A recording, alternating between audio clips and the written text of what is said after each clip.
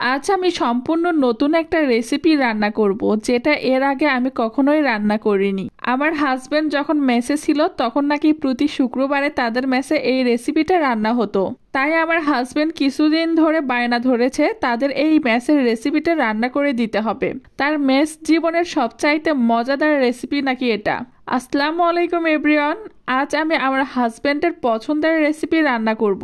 এই রেসিপি রান্না করার জন্য এখানে আমি নিয়েছি হাফ কেজি পরিমাণ চর্বিযুক্ত গরুর মাংস, এরপরে নিয়েছি 200 গ্রাম পরিমাণ মিষ্টি কুমড়া, আরও নিয়েছি 300 গ্রাম পরিমাণ আলু। তাছাড়া এখানে অন্য আর একটা বাটিতে 3-4টা পেঁয়াজ কুচি করে নিয়েছি। এখন আমি এই সবগুলো উপকরণ প্রেসার কুকারে রান্না করে নিব। প্রেসার কুকারে রান্না করে নিলে সময়টা অনেক কম লাগে। এখন আমি সবগুলো উপকরণ একটা একটা করে প্রেসার কুকারে দিয়ে দিব। এরপরে দিলাম 2 টেবিল চামচ মরিচের গুঁড়া, 2 টেবিল চামচ ধনের গুঁড়া, 1 টেবিল চামচ পরিমাণ হলুদের গুঁড়ো, 1 টেবিল চামচ পরিমাণ জিরার গুঁড়ো, স্বাদ মতো লবণ, 3-4টা সাদা ফল, 3-4 টুকরো দারচিনি, 2টা তেজপাতা, পরিমাণ মতো আদা রসুন বাটা। এরপরে দিয়ে দিলাম পরিমাণ মতো সয়াবিন তেল। এখন আমি সবগুলো উপকরণ লার্গির সাহায্যে খুব ভালোভাবে মিক্সড করে নিব। হাতেও মাখা যেত, কিন্তু আমি যেহেতু প্রেসার কুকারে রান্না করব সেজন্য আর হাত মাখাবো না। যে কোনো রেসিপি হাতে মেখে রান্না করলে সেটার স্বাদ আমার কাছে বেশি ভালো লাগে। এরপর এর মধ্যে দিয়ে দিলাম পরিমাণ মতো পানি।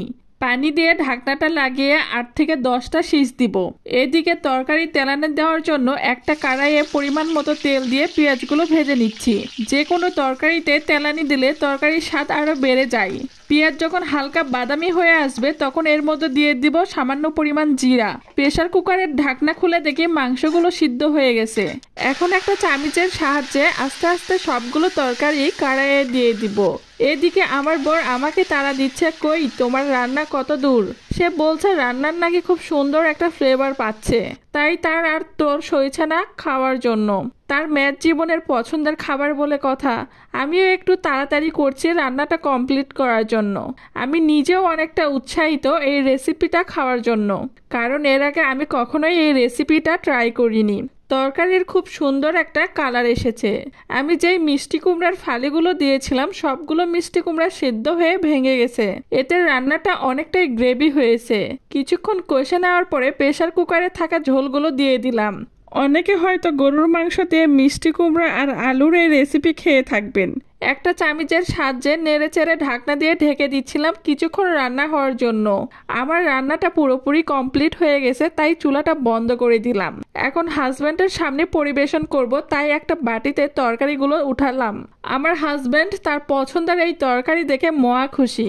আমি সব সময় চেষ্টা করি আমার হাজব্যান্ডের পছন্দের খাবারগুলো রান্না করে দেওয়ার। এতে সে যেমন খুশি হয় তার খুশি দেখে আমিও অনেকটা খুশি হই, কারণ আমরা সব সময় প্রিয় মানুষের খুশিতেই নিজেকে খুশি রাখতে ভালোবাসি। আর এই রেসিপিটা কে কে খেয়েছেন জানাতে ভুলবেন না। এছাড়া আমার মতন এখনো যারা খাননি তারা অবশ্যই একবারের জন্য হলেও ট্রাই করে দেখবেন। ধন্যবাদ সবাইকে। আবারও দেখা হবে নতুন কোনো রেসিপি নিয়ে।